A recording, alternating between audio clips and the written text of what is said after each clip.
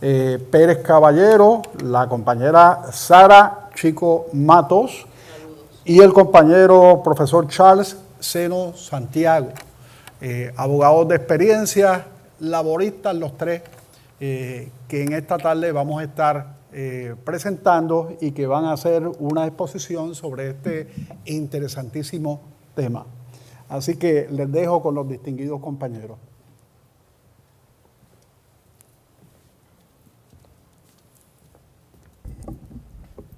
Saludos a todos y todas.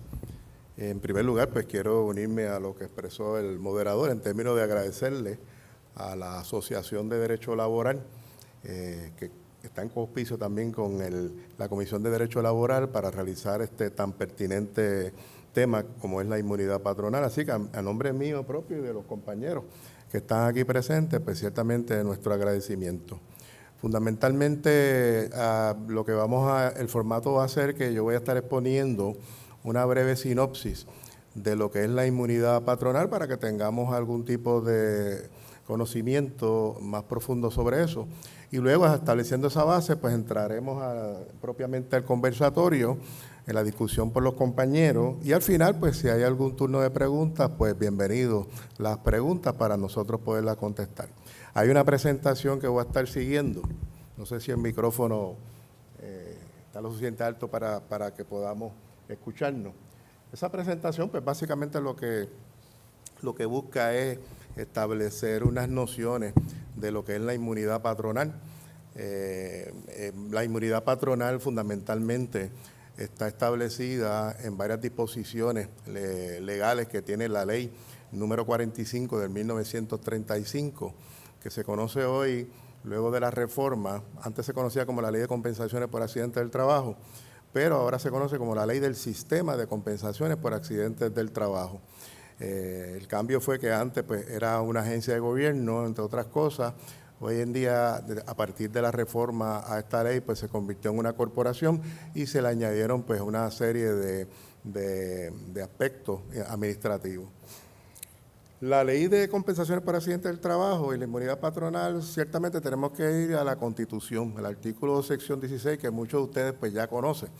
Nuestra Constitución tiene una serie de derechos fundamentales que cubre los derechos individuales de las personas en Puerto Rico, pero sobre todo hay una amalgama y una serie de normativas que impactan el derecho del trabajo en Puerto Rico. Una de ellas es esa, el artículo sección 16. Realmente aquí, pues ese artículo reconoce el derecho de todo trabajador, entre otras cosas, y subrayo ahí en negrilla, a la protección contra riesgos para la salud o integridad personal en su trabajo o empleo.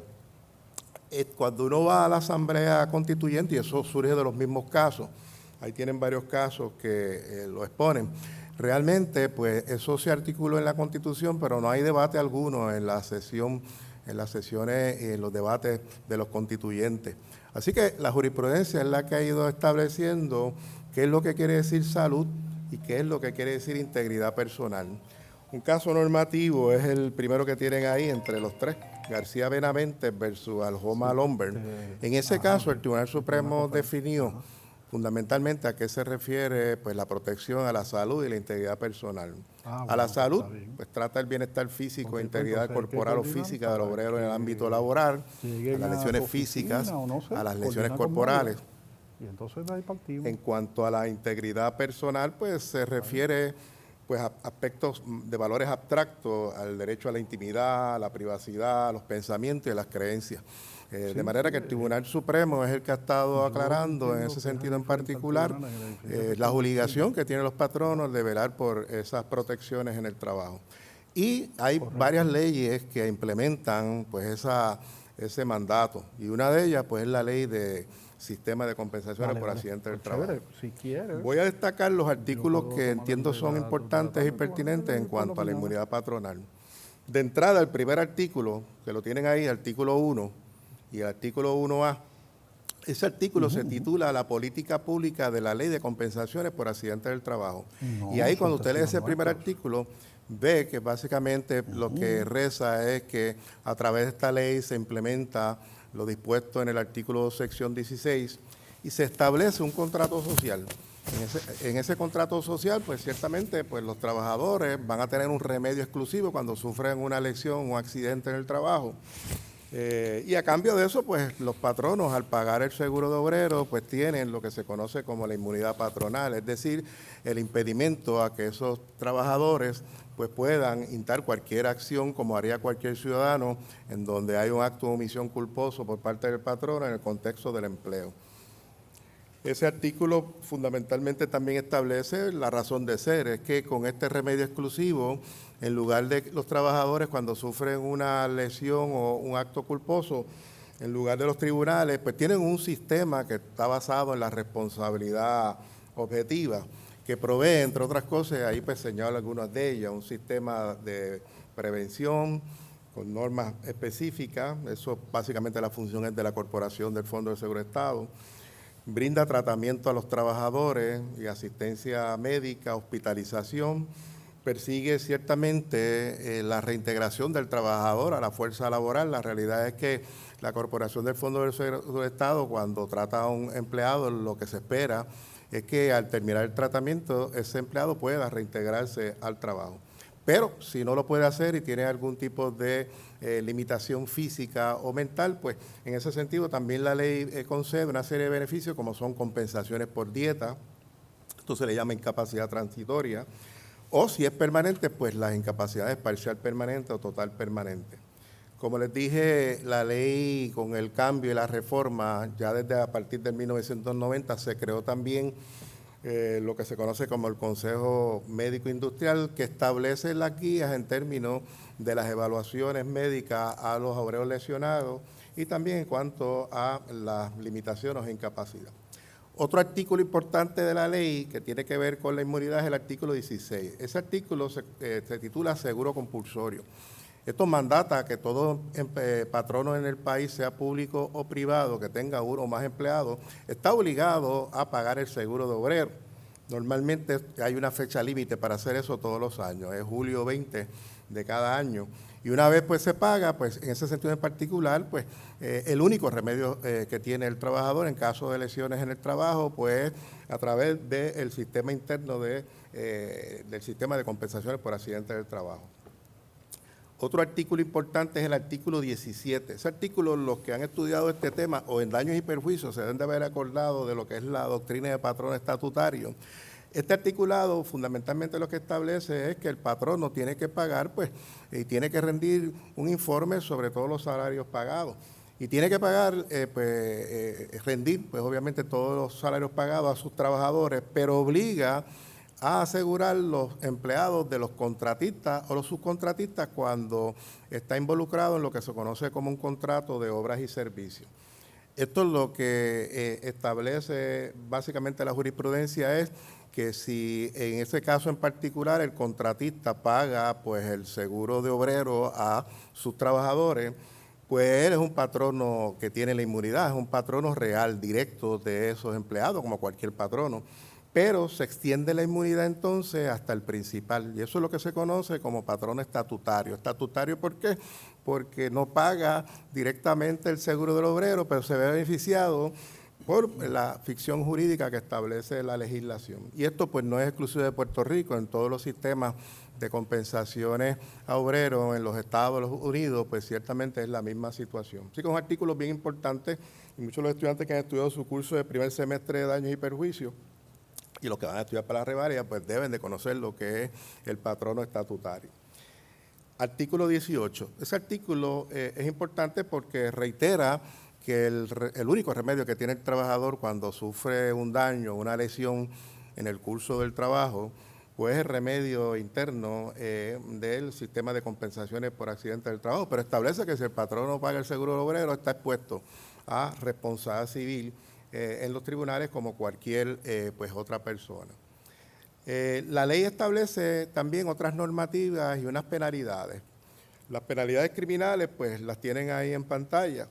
Si no se rinde la declaración de nómina, si no se hace registro y los informes de los empleados, si no paga el seguro de obrero, también hay una prohibición de que el patrón no se puede poner de acuerdo con el trabajador para hacer convenios para evadir la ley. y establece hasta una pena criminal de hasta 6 meses de cárcel a cualquier patrono o $5,000 de multa. Hay sanciones civiles también.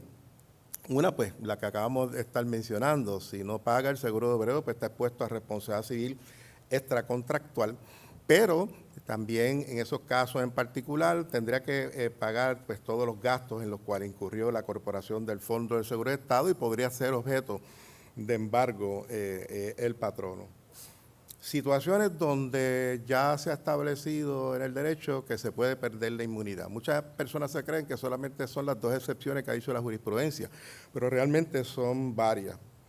La primera, si el trabajador insta una acción, pero se puede entender de que se trata de un acto intencional por parte del patrono o su subordinado. El caso normativo es un caso de discrimen en el empleo, el caso de Grosora versus Superior Cosmetics.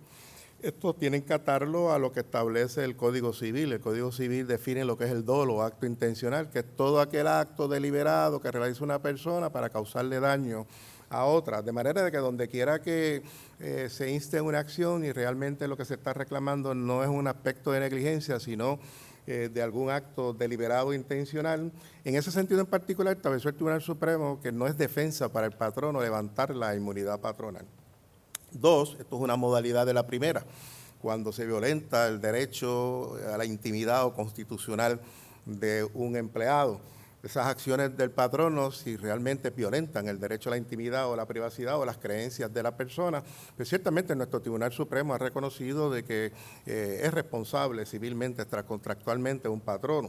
Y ahí pues tienen el famoso caso de Ariel Arroyo versus Ratán Specialty, que es uno de los casos normativos en ese sentido en particular, el famoso caso del polígrafo, donde el Tribunal Supremo de Puerto Rico pues estableció de que un patrón es responsable si se puede entender que violentó el derecho a la intimidad de una persona. La tercera es lo que se conoce como la modalidad de la doble capacidad o doble personalidad. Es decir, si se puede probar por el trabajador, yo te estoy demandando, pero no es en la relación patrón-empleado, es que tú tienes otra actividad, como dicen los abogados, otro sombrero, y en esa relación es que está realizándose la acción. De nuevo, los que han estudiado el curso de daños y perjuicios, pues saben que está el famoso caso de Laureano Pérez versus Soto, donde el Tribunal Supremo ahí fue que mencionó o trajo o adoptó esta doctrina en nuestra jurisdicción. Laureano era un caso donde aquí el patrono, además de ser patrono, era el padre y era el tutor de uno de los empleados. Y ese empleado pues mató a un compañero empleado en el contexto del empleo. Entonces, pues, la viuda y todos los familiares instaron una acción en los tribunales y el patrono, Laureano padre, pues planteó la inmunidad patronal. El Tribunal Supremo denegó la moción de desestimación, planteando de que aquí en realidad no se le estaba demandando la relación patrón-empleado, sino en virtud del el extinto artículo 1803, responsabilidad vicaria, porque él era tutor de ese empleado en particular. De manera que es una de las modalidades también donde se puede instar acción. Quizás si hay alguna dudita, podemos abundar sobre ello más adelante. Otros ejemplos donde tanto en los Estados Unidos y en Puerto Rico se ha reconocido esa modalidad. Cuarto, esta pues es resuelta por jurisprudencia. Lo conocen mucho los abogados que presentan o litigan ante la Comisión Industrial o en estos casos internamente. La ley de compensaciones por accidente del trabajo establece que un trabajador tiene 5 días para informar el accidente del trabajo. No es un término de caducidad, porque puede haber justificación por demora. Pero ¿qué pasa si informó el accidente y el patrono no canalizó o tramitó ese informe de accidente ante la Corporación del Fondo del Seguro de Estado y el empleado pues sufre daño y pierde beneficio como consecuencia de eso? Pues el Tribunal Supremo reconoció que en esos casos en particular, pues el trabajador puede reclamar en todos los daños, tanto físicos, materiales como emocionales, a su patrono. La última se litiga mucho también en lo laboral, es lo que se conoce como el artículo 5A. El artículo 5A de la Ley de Compensaciones por Accidente del Trabajo establece que un obrero que sufre un accidente y está en descanso tiene derecho a la reserva a su puesto por un periodo de 12 meses luego del accidente. Pues el patrono que incumpla con esa obligación, esa disposición, puede estar expuesto a reclamaciones de daño, y no tan solo daño, sino tener que pagar todos los salarios retroactivos, según dice ese artículo 5A. De manera que la realidad es que existe una inmunidad, pero se puede perder por el patrono si ocurren por cualquiera de estas circunstancias. Aquí tienen una serie de casos pues, donde el Tribunal Supremo ha discutido la doctrina de inmunidad, me parece que son casos de los más importantes en ese sentido. Y en la presentación se discuten dos, pero pues, por cuestión de limitación de tiempo, pues voy a ir directo pues, a la parte pertinente, dos que pues, los invito a que los examinen. ¿Cuál es la conclusión a la que podemos llegar entonces con respecto a la inmunidad? La realidad es que en nuestro ordenamiento jurídico, todo patrono público-privado, agencias del gobierno, el Estado Libre Asociado, corporaciones públicas, todo el que se considere patrono tiene que pagar ese seguro de obrero. Una vez lo paga, pues ciertamente en ese contrato social, en el quid pro quo, pues impide que pueda haber cualquier tipo de demanda contra esto. Aparte de lo que yo les mencioné anteriormente, la jurisprudencia realmente ha reconocido dos grandes excepciones y hoy en el conversatorio pues vamos a estar discutiendo sobre una de ellas, entiendo yo la primera, la de los actos intencionales del patrono y la de la doble capacidad.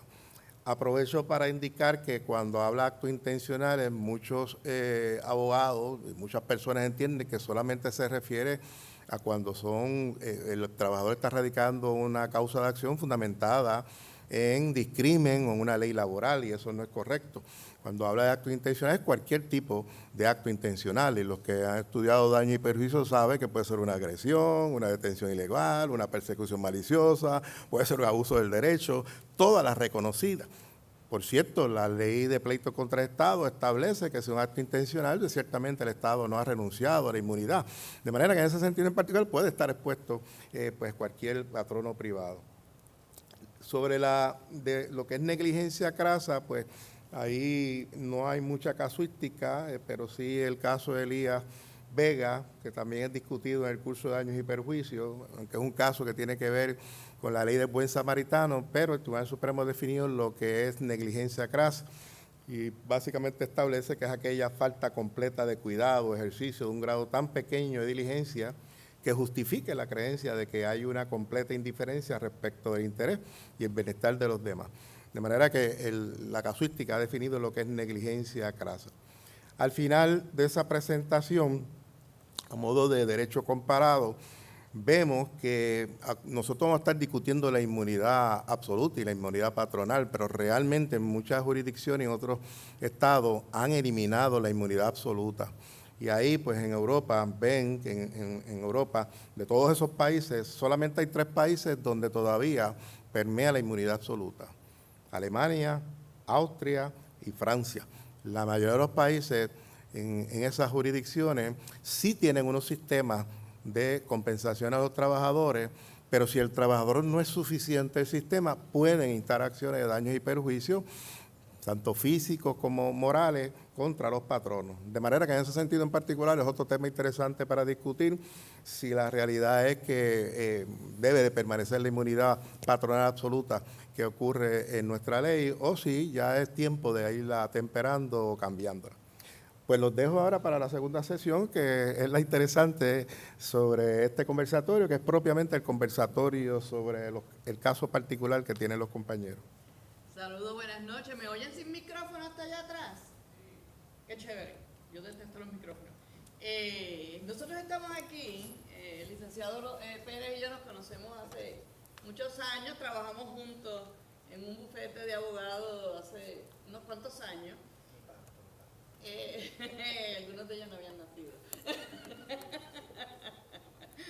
Nada, pero estamos llevando un caso, representa a la obrera, yo represento al patrono, y dentro del caso se ha dado esta dinámica donde él ha planteado, y para que tengan la base y cuál era la discusión nuestra, ¿no? Él ha planteado de que la inmunidad patronal no aplica.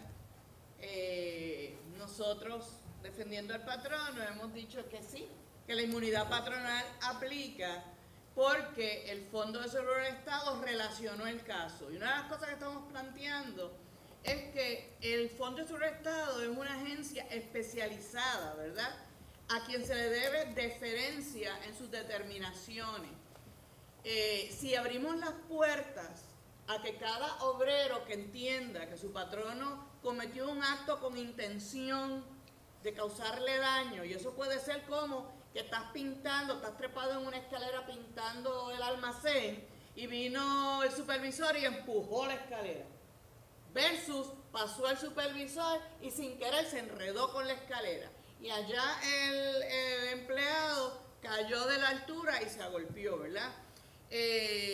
¿Hasta dónde puede llegar que sean los tribunales los que trabajen el tema de la intencionalidad? Porque entonces, ¿dónde queda la inmunidad patronal? O sea, porque si a mí me vas a decir que el obrero va a recibir todos los beneficios del Fondo de Seguridad del Estado y por cada situación que le ocurre puede llegar al tribunal y decir no aplica la inmunidad patronal, tribunal decide tú si hubo intención, pues entonces ¿para qué paga una póliza? Entonces muchos patronos podrán decir yo dejo de pagar la póliza, especialmente patronos donde el riesgo de accidente de sus obreros es mínimo. Por ejemplo, en la oficina de abogados es mínimo el riesgo de... Yo llevo pagando póliza de Fondo de Seguridad del Estado para mis empleados en la oficina hace 20 años y nunca nadie se ha cortado ni con un paperclip. ¿Ok? Pues entonces yo puedo decir si me van a llevar como quiera al tribunal para que un tribunal decida si hubo intencionalidad, pues asume el riesgo y olvídate del fondo, ¿verdad? Y si finalmente tengo un accidente, pues asumo ese riesgo como mucha gente hoy día que decide no tener seguro para, por ejemplo, robo, para huracanes. Hay mucha gente en este país que no tiene seguro en sus propiedades por huracanes. Pues cuando venga un huracán me destruye mi casa, pues yo asumo el riesgo. Pues algo así vamos a mirarlo en el patrono. No sé si tú quieras comentar, ¿verdad? En cuanto a por qué tú entiendes que no debe de operar la inmunidad patronal dentro de, ¿verdad? Claro No podemos hablar, no queremos, o yo por lo menos no quisiera hablar mucho del detalle del caso que estamos manejando, ¿verdad? Porque estamos todavía ahí en una guerra amistosa, el Claro que sí. Pues mire, desde 1998 el Tribunal Supremo resolvió un caso, que es el caso de Royal Bank, que dice que implementó la teoría, ¿verdad?, de que existe en Puerto Rico una causa de acción por acoso laboral. Ustedes saben que finalmente se convirtió en ley en el año 2020, bajo la ley 90 del 2020, pero se había reconocido esa causa de acción. Básicamente lo que dijo en ese entonces el Tribunal Supremo era que reconocía la causa de acción cuando se violentaba el derecho, cuando la conducta era tan terrible que violentaba el derecho a la intimidad de la persona. Y en ese caso discute el asunto de si aplica o no la inmunidad patronal y menciona que siendo una conducta intencional, como ya había resuelto en el caso de Odriozola y otros casos, que la inmunidad patronal no aplica cuando hay conducta intencional. Pues básicamente estableció que la conducta constitutiva de acoso, o constitutiva, como indicó el profesor hace un rato atrás, de violatoria del derecho a la intimidad de la persona, es una conducta intencional. Nuestra postura es que no aplica la inmunidad patronal. Tenemos tenemos un apoyo incluso en la propia Ley 90, que la propia Ley 90 establece que el acoso laboral es una conducta intencional y lo dice bien claro en uno de los artículos de la ley, que aun cuando el Fondo del Seguro del Estado haya provisto cubierta al empleado, el empleado tiene la causa de acción y puede reclamar por los daños que sufra. Pues nosotros extrapolamos eso. De hecho, el caso que tenemos con la licenciada se presentó, ya estaba la ley en vigor, pero los hechos ocurren previo, así que este caso no le aplica la ley 90 porque sabemos que es prospectiva. Pero nuestra posición es que, en efecto, de acuerdo a lo que se ha resuelto por nuestro Tribunal Supremo con relación a que la conducta intencional rompe la inmunidad patronal, este caso es uno de esos casos. Y en eso es que nos basamos para hacer la alegación de que en este caso aplica lo que ha resuelto la jurisprudencia.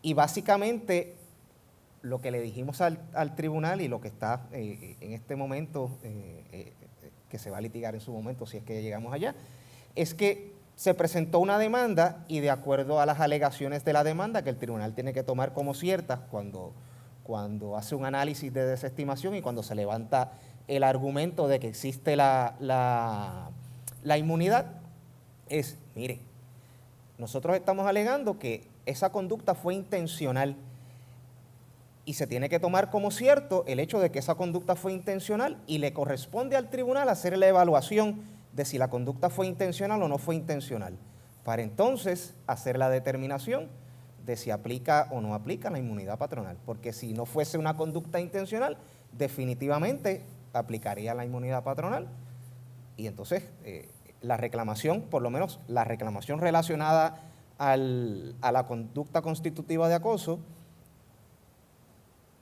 está vedada de obtener una compensación porque hay una inmunidad patronal.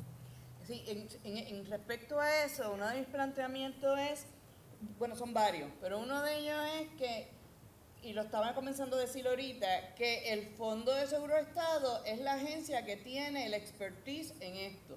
Por ejemplo, si nos vamos al caso que estuvo mencionando el profesor, al de Odriozola, allí hubo una declaración y el mismo Fondo de Seguro de Estado determinó que como había habido una violación a la Ley 100, que es la que prohíbe el discrimen en el empleo en Puerto Rico, pues entonces eso fue un acto intencional bajo esa ley.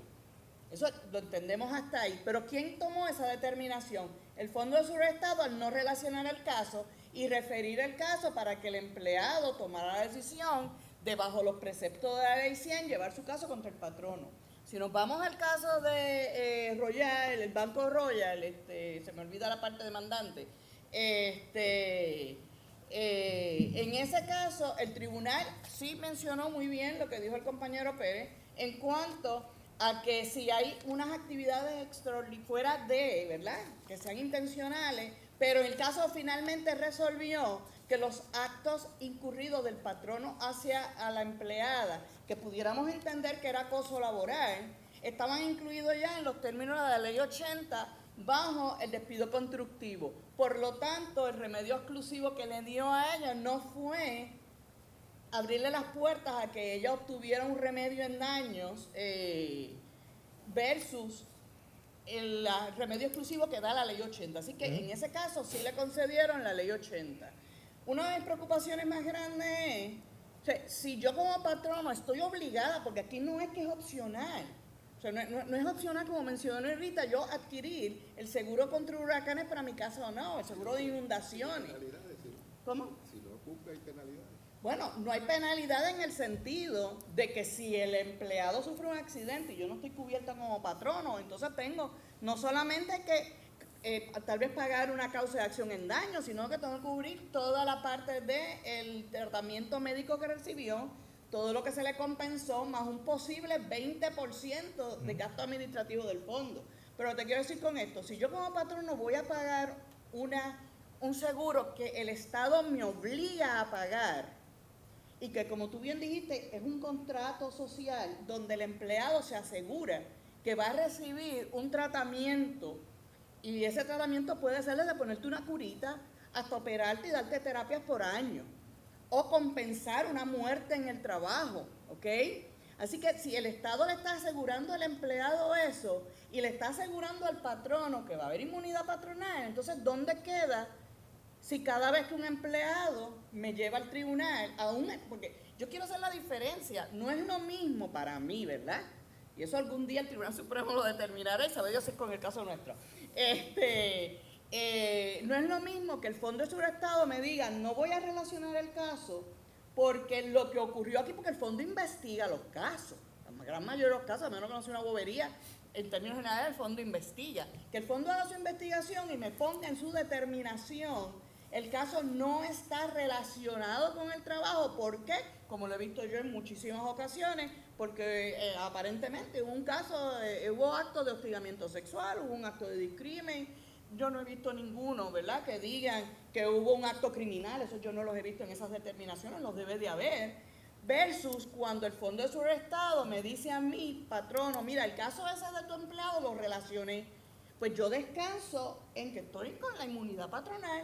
Pero si cada empleado va a cuestionar si fue que se cayó de la escalera porque lo empujaron la escalera o porque se enredaron con la escalera, pues entonces pierdo, porque entonces yo tengo que defenderme como patrono, voy a gastar dinero. Entonces, lo que el patrono, el incentivo que el Estado me está dando para obligarme a comprar el seguro, que nada barato es, pues lo estoy perdiendo, porque como quiera me pueden llevar a un tribunal para decirle eso fue intencional. Y entonces, otra cosa que yo planteo, ¿dónde queda la comisión industrial? La ley del Fondo de Seguro del Estado establece que las determinaciones del fondo donde se tienen que ir a apelar es a la comisión industrial. Son 30 días jurisdiccionales. O sea, si la persona entendía que había intención y el Fondo de Seguro del Estado relacionó el caso a donde tenía que ir esa persona, es a la comisión industrial a decir, esto fue una mala determinación, porque mi patrono tuvo intención de lo que me pasó a mí, me ocurriera. Entonces, si abrimos las puertas a que entonces la persona, después de coger todos los beneficios del Fondo de Seguro del Estado, también vaya al tribunal a pedir que, mira, el patrono, quítale la inmunidad patronal, pues no sé, por eso es que mi planteamiento es ese, y a lo mejor estoy equivocada, me lo dirá el Tribunal Supremo un día, pero me voy hasta el fin con ese planteamiento, Fredewin.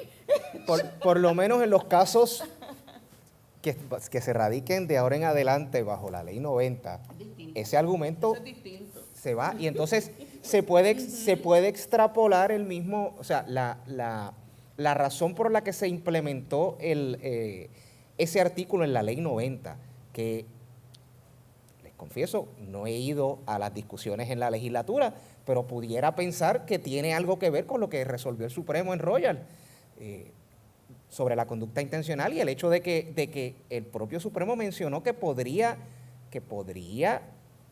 haber la causa de acción y podría tener derecho el empleado a recobrar aun cuando el fondo diera cubierta, porque fíjese que no necesariamente cuando el Fondo del Seguro del Estado hace un análisis de si relaciona o no relaciona, no necesariamente hace un análisis exhaustivo de si eso fue una conducta constitutiva de discriminación. Claro, cuando es un caso, por ejemplo, de hostigamiento sexual, pues ciertamente, si la alegación de la persona que va allí dice, me hostigaron sexualmente, ciertamente tiene una base, pero en casos de acoso laboral, por ejemplo, y me circunscribo a eso porque es el caso, quizás es el caso que es más difícil de definir. De hecho, por eso fue que tardó tanto tiempo en llevarse a cabo y en legislarse la causa de acción de acoso laboral, porque es bien difícil definir lo que es el acoso laboral.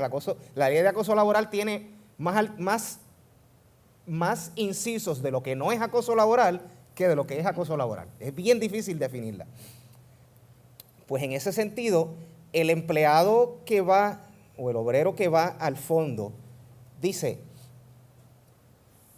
está ocurriendo cosas en el empleo y mi patrono ¿y qué dice?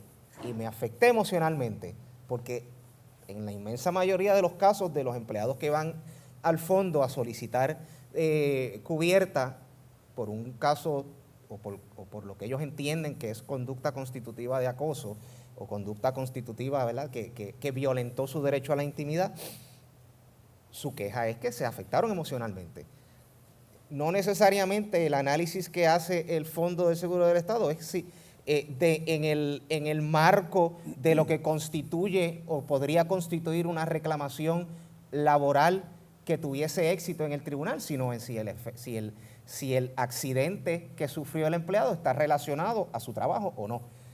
Y de hecho, históricamente, mi experiencia con los casos del fondo es que hasta hace unos añitos, no mucho, toda persona que iba a quejarse de que se afectó emocionalmente por su trabajo, el caso no se lo relacionaban.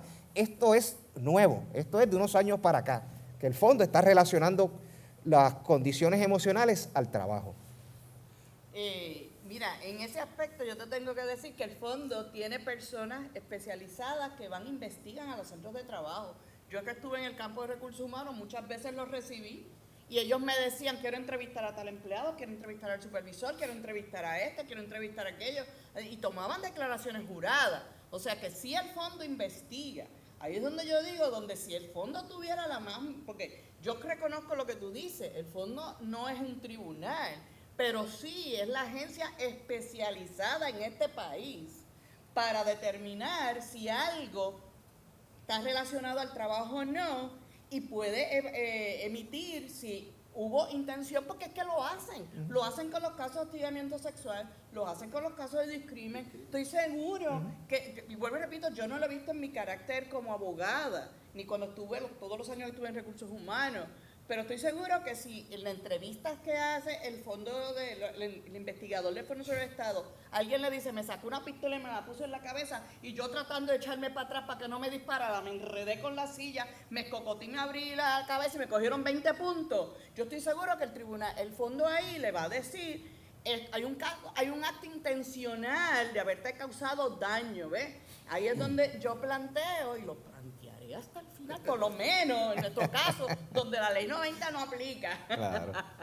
Es que si el fondo te dice una determinación de lo relacioné, ir al tribunal a pelear eso, mira, tu cliente había habido a la comisión, pero ¿sabes? Cuando llegó donde ti lo más probable, ya se le había pasado a los 30 días, no sé.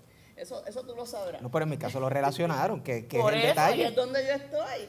Pero si ella que hubiese querido impugnar el que lo relacionaron para poder ir a demandar en daños y perjuicios, porque supuestamente hay un acoso laboral de una ley que no existía en ese momento, entonces yo abrí la Comisión de Industrial. ¿Por qué? Porque es el organismo para revisar, por ley es el organismo para revisar si hay o no hay la relación del caso, la determinación del fondo. Claro. O sea, el fondo de una determinación. Por ejemplo, una cosa bien común es que el fondo a medio mundo le da empieza dando un 5% de incapacidad.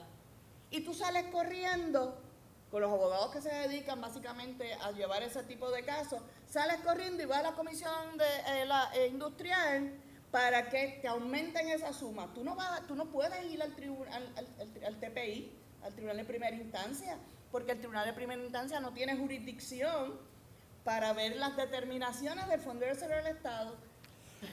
Para beneficio de todos los presentes, tengo dos preguntas de umbral.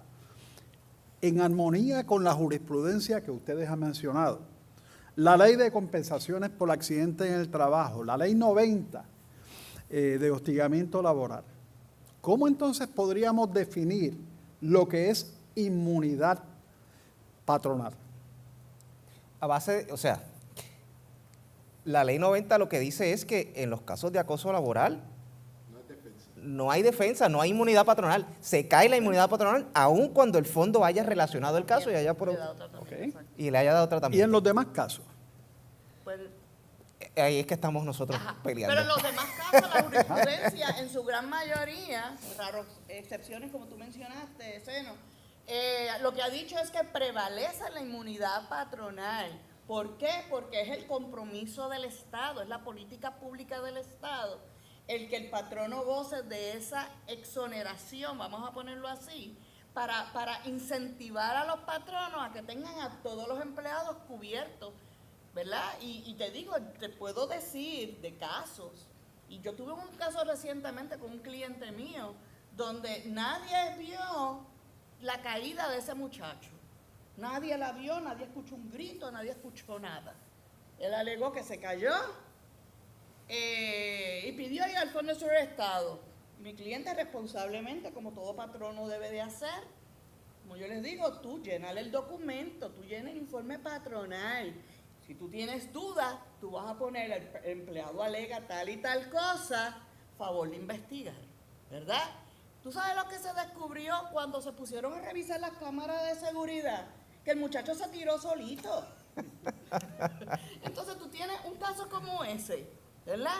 Viene el Fondo sobre el Estado y ¿por qué? Obviamente, en la investigación se presentó la cámara, ¿no? La grabación de la cámara. Y me imagino, yo no sé lo que finalmente el fondo ha decidido, porque no sé, pero me imagino que el fondo va a decir esto no es nada ocupacional, ¿verdad? Pero ponte que no hubiese habido la cámara de seguridad y la persona se alega que se cayó ¿el fondo qué va a hacer? Lo va a relacionar. Entonces ese empleado puede ir al tribunal, habiéndole el fondo relacionado al caso, puede ir al tribunal y decir, quiero que el tribunal determine si hubo intención de mi patrono de tirar el aceite en el piso para que yo me resbalara.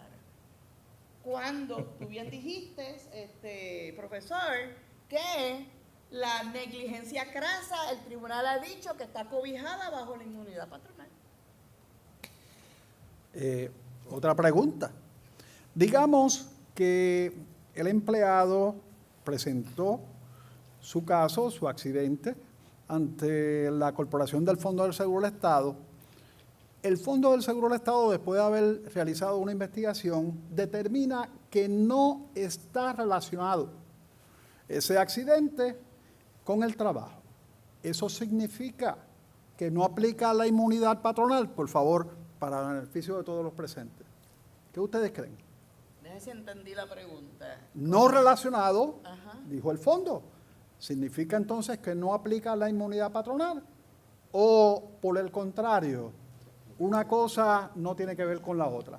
Bueno. Charles. Déjame contestarla. Yo no quiero meterme mucho en la controversia de los compañeros, que están sus judices, pero sí, Tú sabes de esto, tú sabes mucho de esto. sí expresar mi posición, pero la pregunta del compañero es que eso se da rutinariamente todos los días. O sea, hay un obrero que informa un accidente, hay una obligación siempre de darle tratamiento, porque eso es una obligación que hay. Pero después la determinación puede ser que determinen dar de alta relacionándolo o no relacionándolo.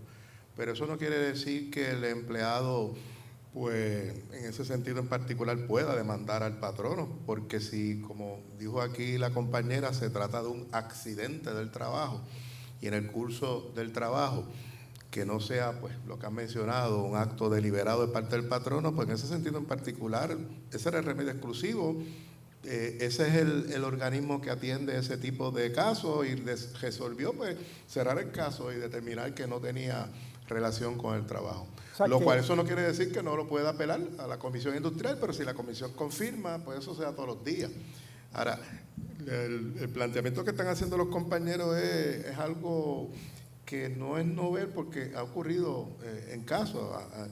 Hace tiempo que yo he estado litigando casos de esa naturaleza y otros compañeros, pero es interesante porque normalmente, y a lo que está indicando aquí Fred Wynn, no lo sabía, normalmente y tradicionalmente cuando se reporta un caso ante la Corporación del Fondo del Seguro del Estado, ellos lo investigan adecuadamente y lo que había era la decisión clásica, que te resolvían, daba de alta y te decían, pues no es compensable por ser un acto intencional y hasta te citaban el caso de Dirosola, en ese sentido en particular.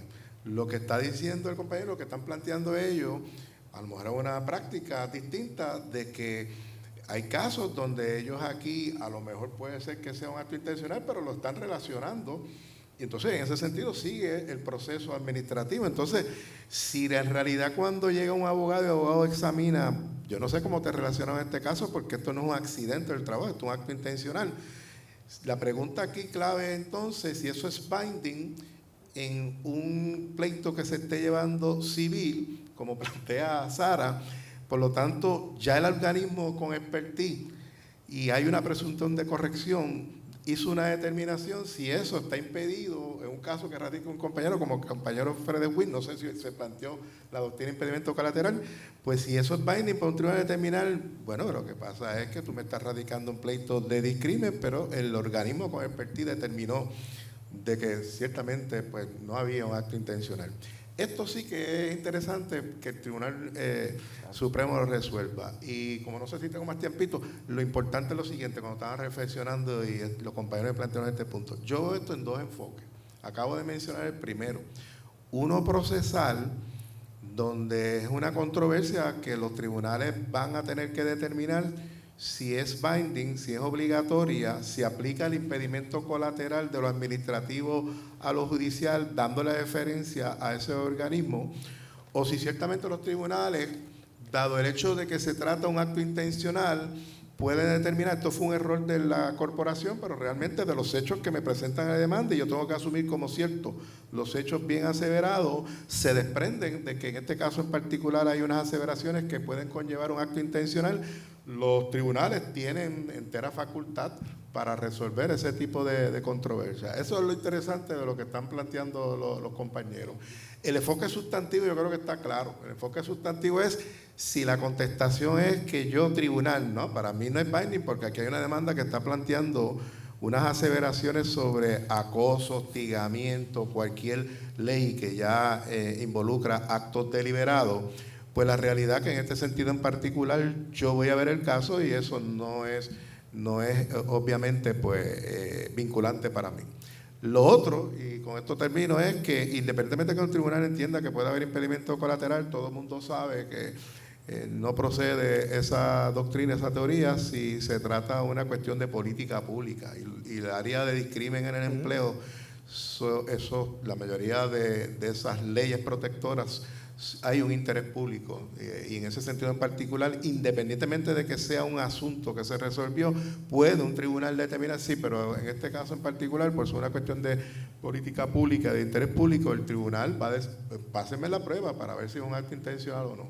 Qué bueno que el profesor lo menciona, porque precisamente eso era lo que quería mencionar y con eso era que iba a terminar. La diferencia entre lo que Sara indica de la conducta intencional del empleado que le puso la escalera al otro, etcétera. A diferencia de eso, los casos de discrimen y los casos de acoso son casos donde hay una alta política pública, donde el gobierno tiene la política pública de evitar los casos de discrimen. Y eso, en mi visión, es distinto a una conducta intencional tradicional de una agresión o de una conducta de una broma, como está el caso que si tuviésemos más tiempo, porque hay otra parte que me hubiese encantado discutir aquí hoy, pero yo creo que solamente nos va a dar tiempo a esto. El caso de los empleados que encerraron al empleado en un almacén y le pegaron un extintor. Exacto. Eso es una conducta intencional de los empleados, pero el patrono estuvo protegido porque la negligencia, el patrono no incurrió en conducta intencional, incurrió en conducta negligente, en negligencia crasa, que fue que no cambió la cerradura o la cerradura estaba mal puesta. Sí, pregunta, en un caso donde se demuestre que el patrono ha incumplido, digamos, con las disposiciones de OSHA, que tienen que ver con seguridad en el empleo, ¿eso necesariamente equivale a que el patrono perdió la inmunidad? No. Por favor, ilustren. Hay jurisprudencia amplia sobre eso. Esa ha sido, los artículos de revistas jurídicos me han citado en varias ocasiones, pero sin embargo el Supremo no ha querido acoger, pero yo llevo años planteando de que se debe adoptar esa modalidad como una excepción, porque yo entiendo que un patrono que violenta crasamente las normas de seguridad y causa daño que puede ser la muerte, como en el último artículo de Revista Jurídica, cuando yo venía de mis estudios doctorales, llego a Puerto Rico y la primera noticia que veo en el Nuevo Día, eso me motivó a presentar mi último artículo, fue una muerte de unos trabajadores de la Autoridad de Energía Eléctrica como consecuencia de violaciones crasas a las normas de seguridad. Y en ese sentido, pues, por ahí comienzo mi artículo y yo dije, yo creo que tengo que hacer mi aportación nuevamente de que o legislativamente o el tribunal tiene que pues resolver esto. Esto no es novel de Puerto Rico. Muchos estados de los Estados Unidos tienen esta excepción donde, como mencioné el compañero aquí en el caso de Western Auto o el caso de Guzmán, que son los dos casos que están en la presentación, que por cuestión de tiempo no mencioné, pues la contestación a tu pregunta es que el Tribunal Supremo ha dicho, bueno, pero es que eso es negligencia, no importa la gradación de la negligencia, sea la más mínima o la negligencia crasa, y aceptamos de que en este caso se probaron violaciones crasas por parte del patrono con multa, pero la realidad es que eso está cobijado por la inmunidad. Tendría que ser un acto intencional. Y en ese sentido, pues, eso pues, es injusto con respecto a cierto tipo de industria y cierto tipo de patrono. Si me permite, con eso que tú acabas de decir, yo sabía que yo tenía el caso aquí, unos segundos de encontrarlo. En el caso de Viuda de Costas versus Puerto Rico, Ole Fines, en 1978 el tribunal atendió una situación como esa, donde se estaba alegando de que el accidente de la persona fallecida había sido porque el patrón no había incumplido con la ley de aquí, ¿verdad? La que le llamamos la OCHA chiquita. La ley de seguridad. La ley de seguridad y salud en el trabajo aquí de Puerto Rico. Y el tribunal aún así dice, es verdad, pero le sigue cobijando la inmunidad patronal porque aún la negligencia crasa está cubierta por la inmunidad patronal. Sí, y mencionan esos casos algo. Yo les mencioné cuando hice las anotaciones introductorias. Yo participé de la última revisión que se hizo a la ley de compensaciones del trabajo. Eso fue para 1989. De hecho, desde ahí yo vengo abogando porque se aprovechara y se incluyera la excepción de la negligencia crasa. Y lo digo porque lo que más ha hecho la Asamblea Legislativa, de hecho el tribunal lo que ha dicho es no nos vamos a meter con eso, eso es negligencia crasa, aplica la inmunidad, eso lo dejamos allá a la Asamblea Legislativa. Pues la Asamblea Legislativa y producto de esa revisión lo que hicieron fue que todos esos casos donde un trabajador sufre daños o lesiones como consecuencia de violaciones crasas a las normas de seguridad no puede demandar en los tribunales, pero sí está el artículo 3B de la Ley de Compensaciones por Accidente del Trabajo. Tiene derecho a 3 veces la compensación que decida el administrador. Hasta ahí es que se ha podido llegar en esos casos. Sí, la pregunta obligada entonces sería, ¿dónde trazamos la raya? Es decir, ¿en qué caso podemos hablar de negligencia crasa? ¿En qué caso podemos hablar de intención? ¿Dónde tiramos la raya? Un buen caso sobre eso es el caso de Western Auto. En el Western Auto, que nada, no lo mencioné, pues ya que no discutimos, vamos a discutir ahora. Ese caso es sencillo. Un caso es donde en Western Auto había un baño de varones que tenía la cerradura al revés. En lugar de cerrar la persona que entraba al baño, pues se cerraba por fuera. Entonces los empleados de Western Auto tenían la costumbre, porque eso, digo la costumbre porque esa fue parte de la prueba, de que ellos en términos de broma, pues una vez un empleado entraba, pues se lo cerraba. Y ese empleado estaba a tiempo allá adentro. Pues ¿qué pasó? Ese día en particular a este empleado entró, cerraron, estuvo 7 minutos en ese baño y le echaron un extintor por debajo de la puerta. Y él estuvo 7 minutos allí, pues respirando esos gases. Pues ¿qué ocurrió? Cuando sale de ahí, pues lo tuvieron que llevar de emergencia al hospital, el fondo le dio tratamiento, no volvió más a trabajar, le dieron una incapacidad total. Demanda entonces la viuda, luego acumulan, porque le dieron la incapacidad total también al trabajador, y la controversia ante los tribunales, el Supremo, era si eso era un acto intencional o era una negligencia crasa. Bueno, pues el Tribunal Supremo en la mayoría dijo que era negligencia crasa, como dijo aquí el compañero Federpin. Pero a tu pregunta, eso a veces está la raya finita. Hay una opinión disidente del extinto juez Fuster muy buena, citándote al tratadista Larson, que es el tratadista número 1 en este campo, y él planteó es que lo que ocurrió ahí fue un acto deliberado. Eso fue un acto deliberado por parte de unos empleados, pero no tan solo de empleados, sino que había unos supervisores de la empresa, y los supervisores representan a la empresa, es responsabilidad vicaria, de manera que en ese sentido en particular, ciertamente aquí aplicaba la excepción de Odriozola, pero fue una opinión solitaria la del extinto juez. Así que a veces es fácil ver el acto deliberado, un caso de hostigamiento sexual, de acoso laboral, pero a veces están esas líneas finitas entre lo que es negligencia crasa y acto intencional.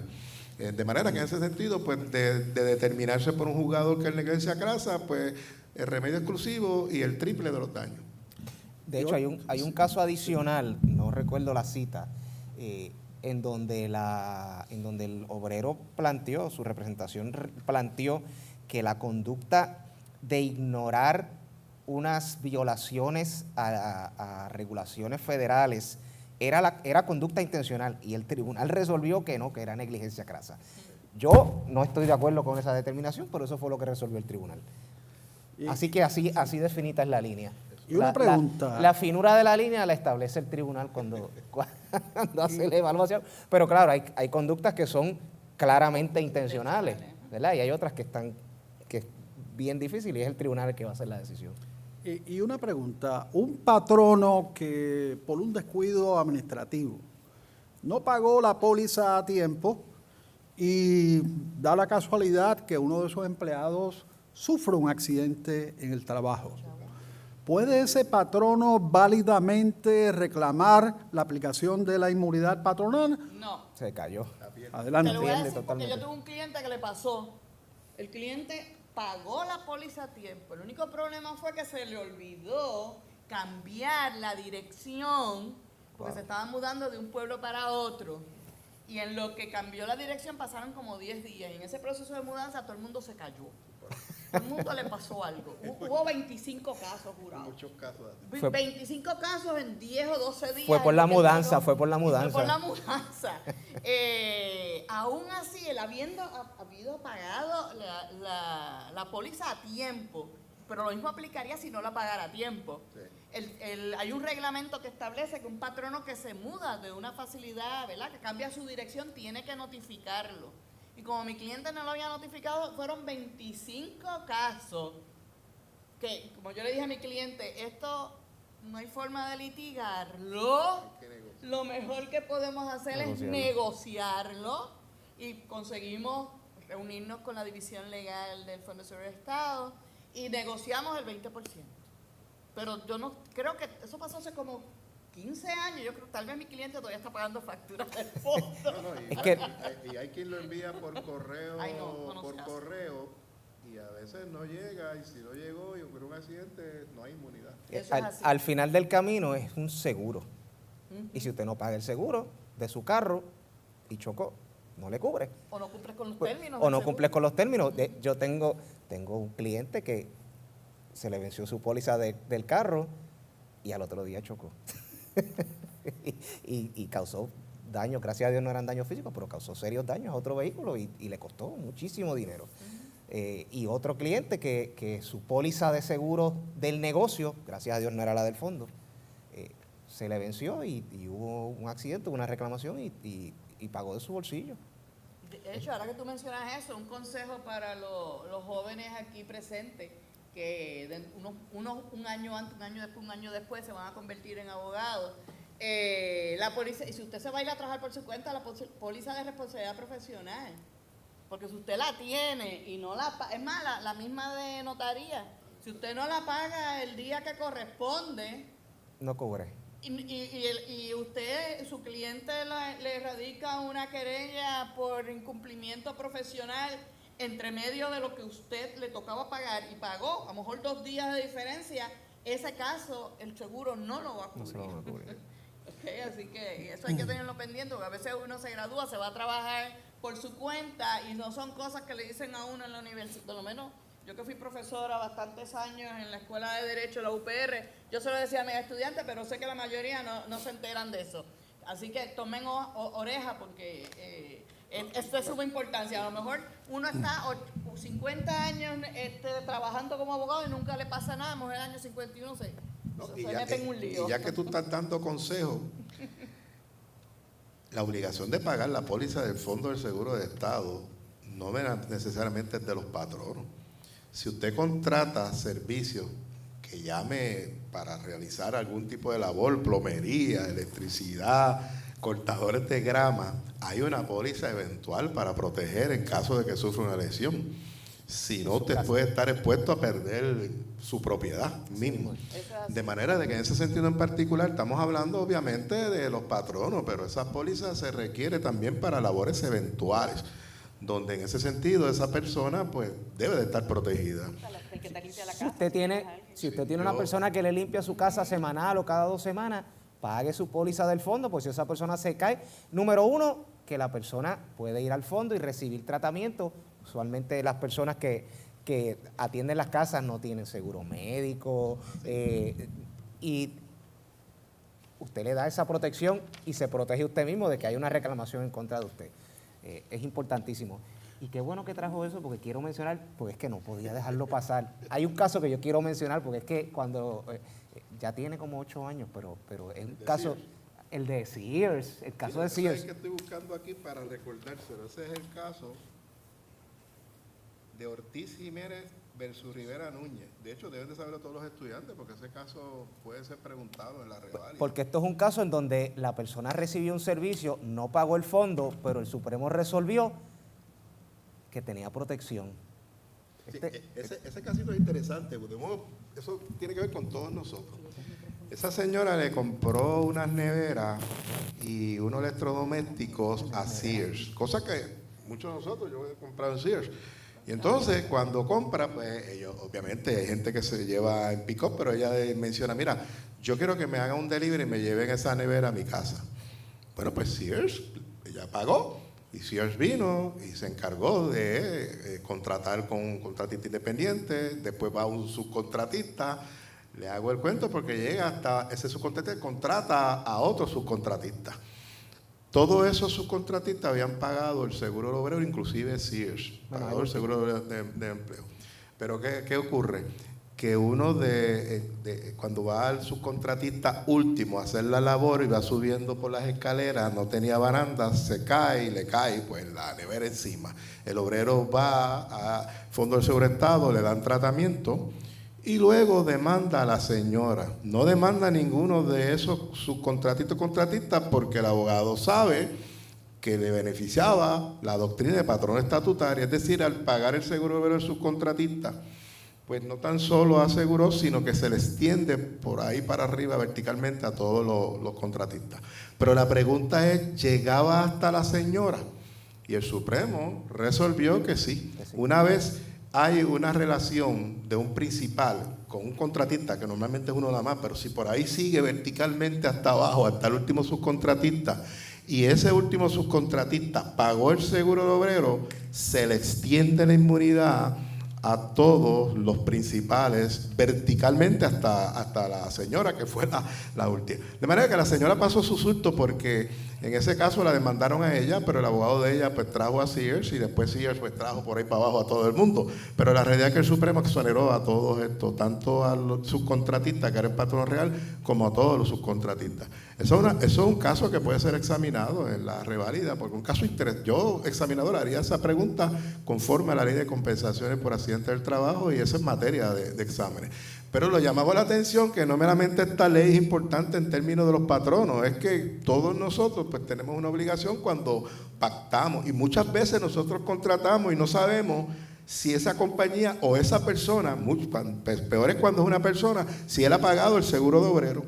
Pues créame que si hay un daño, pues tanto él o si hay una muerte de los familiares pueden instar una acción contra usted si usted no los aseguró. De hecho, déjame con esto mismo que tú acabas de traer, hay un seguro en el Fondo de Seguro del Estado que es para personas que trabajan individualmente, sí, para que ellos mismos estén protegidos. Eso no existía, no me acuerdo en qué año hubo una enmienda a la ley y lo permitió, pero existe. Lo otro que quería traer, que a mí se me había escapado de la mente, pero tú me lo refrescaste con lo que acabas de hablar de Sears, es que aun cuando haya inmunidad patronal, si el daño que recibió el obrero es por consecuencia de un tercero que intervino en el trabajo, ese tercero no está cubierto, así que esa persona sí puede ir contra ese tercero.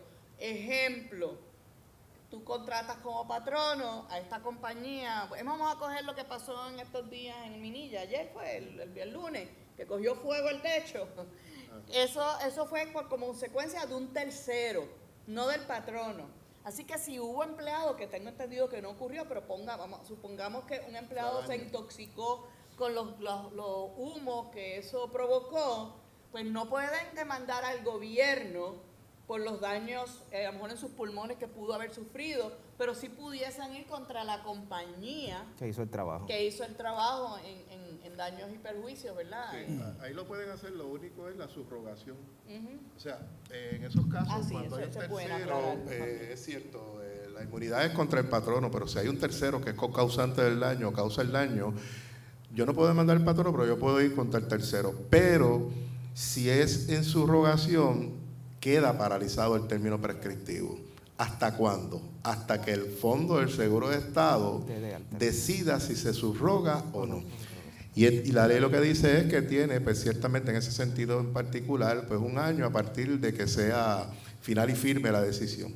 De manera que en ese sentido pues el trabajador no podría radicar la acción directamente, tiene que estar en el fondo y cuando el fondo entonces emita la decisión que decida si se subroga o si no se subroga, pues entonces puede dictar la acción.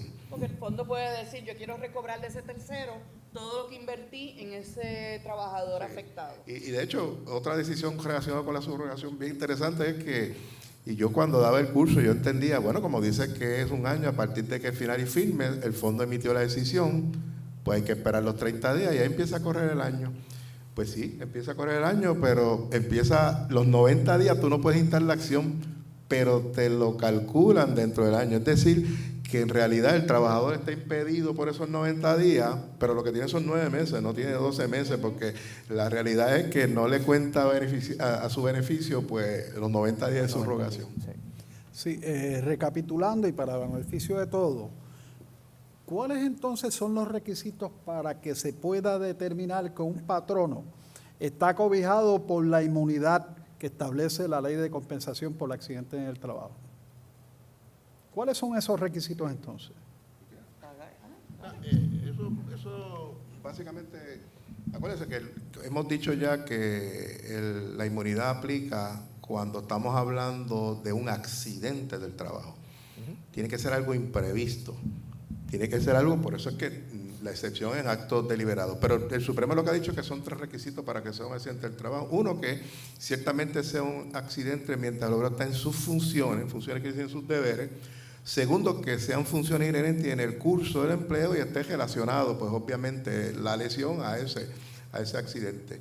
Si eso es lo que ocurre, y sobre todo si es un accidente, pues entonces en ese sentido, pues es el remedio exclusivo lo que tiene derecho el trabajador. De hecho, se ha establecido en jurisprudencia que, porque ha habido casos donde el empleado dice, ha demandado al patrono porque el accidente ocurrió yendo a trabajar o saliendo del trabajo. Y lo que el Tribunal Supremo ha establecido en esos casos es que depende. ¿Okay? Si la persona rutinariamente sale del trabajo para irse para su casa o de su casa llega al trabajo, ahí no aplica. Pero si el patrono le pide que ejerza alguna labor, como pudiese ser, como tú pasas por el banco, digo, ya eso no se está dando mucho, porque ahora con depositar por teléfono se está resolviendo bastante, ¿verdad?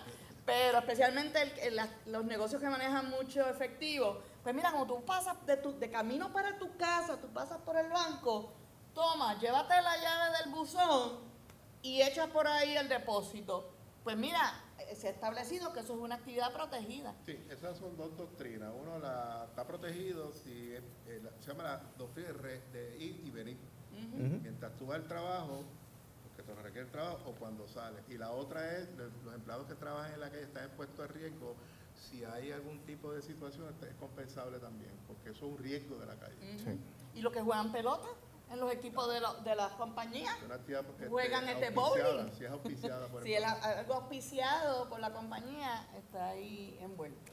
Y si se trata de un viaje fuera de Puerto Rico, pero como funciones del trabajo, ¿el empleado está cobijado por la ley o no? Sí. Sí lo está. Sí. Okay. Como dijo la licenciada, incluso las actividades inherentes al trabajo, como los equipos de pelota.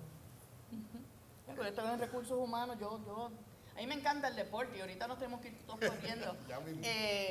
Pero tú sabes la cantidad de veces, yo viví en Cagua, trabajaba en Manatí, los juegos de pelota de la industria, de la liga industrial, de la farmacéutica, eran en Arecibo. Como yo era de recursos humanos, era la que estaba empezando, era mi cara que me mandaban. Ya gracias a Dios, 2 años después entró otra nueva y le tocaba a ella. Pero las veces que yo tuve que ir allá a Arecibo y las veces que se nos accidentaban, empleados que cogieron un bolazo, eso se le llenaba el informe patronal. Yo sé que estamos terminando, a lo mejor veo que parece que hay una pregunta. Pero antes de eso, si me permite, darte las preguntas, quiero traer, para sustentar en dónde yo me baso para decir que es la política pública del gobierno, es darle esa inmunidad patronal para que el patrono se vea incentivado a cubrir y a proteger a sus empleados. Pues mira, sale el artículo 1 de la ley 45. Le voy a citar las últimas 2 oraciones o la última oración.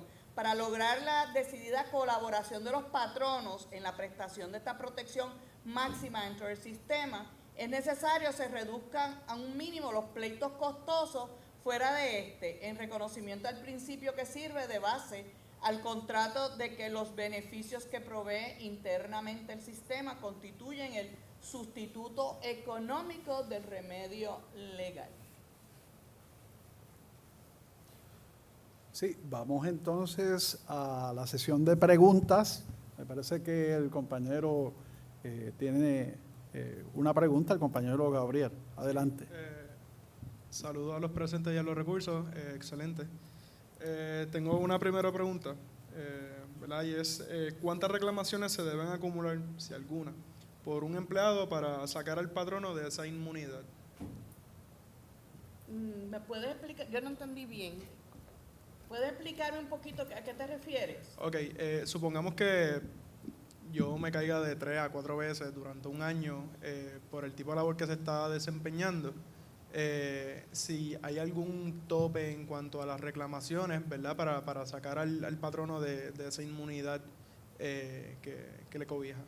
Yo no conozco que haya una cantidad de incidentes que tengan que ocurrir para poderlo hacer.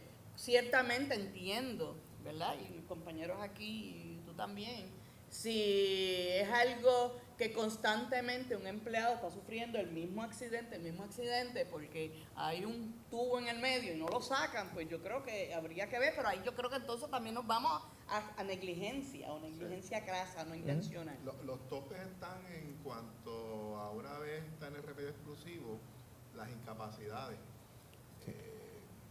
No recuerdo así, pero creo que incapacidad parcial hasta 12.000 y incapacidad total hay un límite. Pero no existe... Pero no en cuanto a si vas a demandar al tribunal, pues... Sí, el Estado Libre Asociado, que pues obviamente hay unos topes. Sí, no, y la ley no dispone, o sea, si hay 10 caídas y después de la número 11 no hay inmunidad, eso no existe. O sea, se puede... Teóricamente, el empleado podría caerse todos los días y hacer una reclamación nueva todos los días y estaría cubierto el patrono. Ok, así que se analiza caso a caso. Eso es así. O sea, Perfecto. Entonces, otra preguntita. ¿Cómo se ven afectados los casos del sector público con esto de promesa? O sea, las reclamaciones. Las reclamaciones del Fondo de Seguro del Estado, yo entiendo que están fuera de lo de promesa, porque eso es un seguro que provee una cubierta a los trabajadores independientemente a la quiebra del gobierno de Puerto Rico. Ese es mi parecer, pero... Sí, ahí concurro con la compañera, tiene derecho a los remedios, porque ya hay pues un presupuesto ya asignado a la Corporación del Fondo de Seguro del Estado. Dicho sea de paso, es una de las corporaciones más solventes de Puerto Rico. Por eso que ustedes ven que muchos gobiernos han tratado de trastocarla cada vez que ha habido la crisis vamos a las corporaciones y lo han hecho. Pero la realidad es que en ese sentido en particular, pues no hay ese dilema en particular. Fíjate, distinto sería, tal vez, si ese empleado alega que hubo una intencionalidad y va al tribunal a reclamar daños y perjuicios, a lo mejor ahí sí promesa le pone un alto. Sí, no, las reclamaciones en los tribunales de daños y perjuicios, si es contra el gobierno, pues Sí. está paralizado por si promesa. es una reclamación de daños y perjuicios contra el ELA por un supuesto accidente del trabajo que no se relacionó, eso sí está cubierto bajo la ley promesa. Y de hecho, teóricamente, si el Fondo de Seguro del Estado hubiese hecho lo mismo que Energía Eléctrica, pues pudiese ser que Promesa hubiese metido la mano y regulara de alguna manera, pero como el fondo no se sometió a la quiebra, Es una corporación, pues no está. es una corporación pública, exacto. De hecho, y no yo está, creo que una diferencia es que se nutre de los fondos que los patronos pagan. sí. Está solvente. Ujú. Entonces, una última pregunta que me la hizo llegar un miembro de la comunidad estudiantil. Dice, en caso de que la negligencia resulte en la muerte del empleado, ¿el patrono responde criminalmente y derrotaría la inmunidad patronal no por los daños, sino por la muerte de la persona? Y ahí sí podría haber una acción en daños. Yo entiendo que es lo mismo. Es lo mismo. Hay accidentes donde las personas pierden la vida. Yo no sé si todavía están 10.000 el máximo que da el fondo. Yo no sé si lo subieron o todavía están 10.000 por muerte de un trabajador. 39. ¿Lo subieron? Capacidad total. No, yo hablo de muerte, lo que le dan a la familia. Lo que dan a la familia, de hecho, le dan a la familia si son dependientes de él al momento del accidente. Si no son dependientes de él, no se recibe nada. Ahí yo creo que sería lo mismo. Yo creo que hay casos que las viudas, especialmente, han llevado para decir, esto fue un acto intencional. Pues mira, ahí lo que se ha dicho, mira, lo mismo. Si es negligencia o negligencia crasa, sigue siendo protegido por la inmunidad patronal el patrono.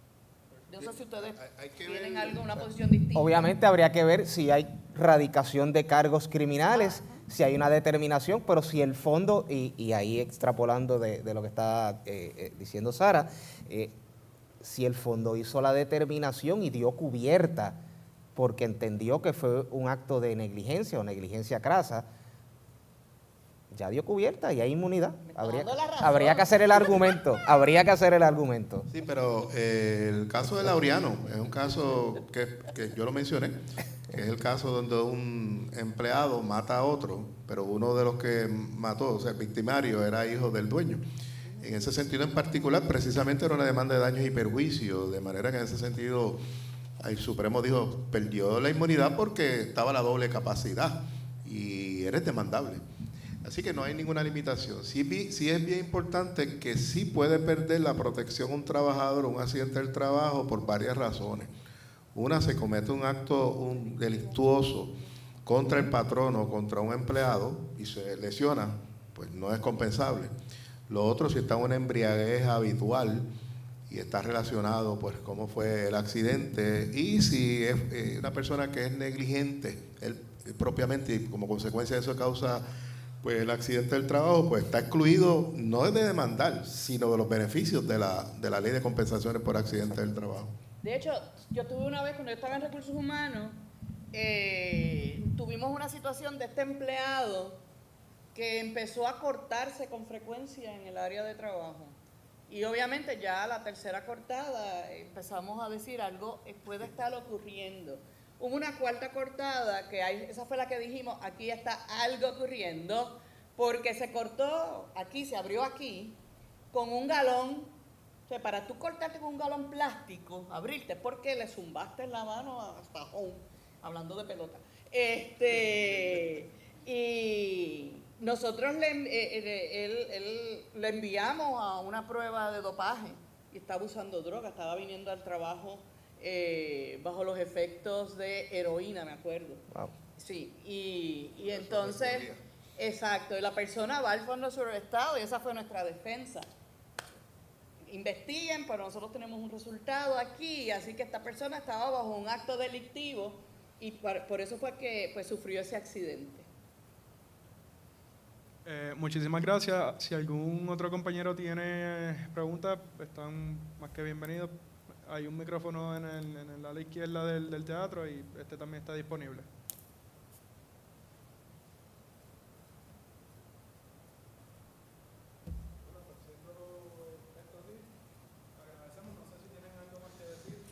No, gracias nuevamente a ustedes por habernos invitado para discutir este interesante tema. Sí, muchas gracias por su atención. Sé que pues, hay mucha gente que está cogiendo clases, otros se habrán escapado para ver los juegos, pero gracias a ustedes que están aquí y estamos a la orden para la asociación para cuando ustedes gusten. Aquí me estoy llevando enredado porque yo fui la que lo enredé en esto. Estamos a la orden, esta es mi facultad y es un placer siempre cada vez que vengo aquí. Un gran privilegio haber estado con ustedes en esta noche y será hasta la próxima.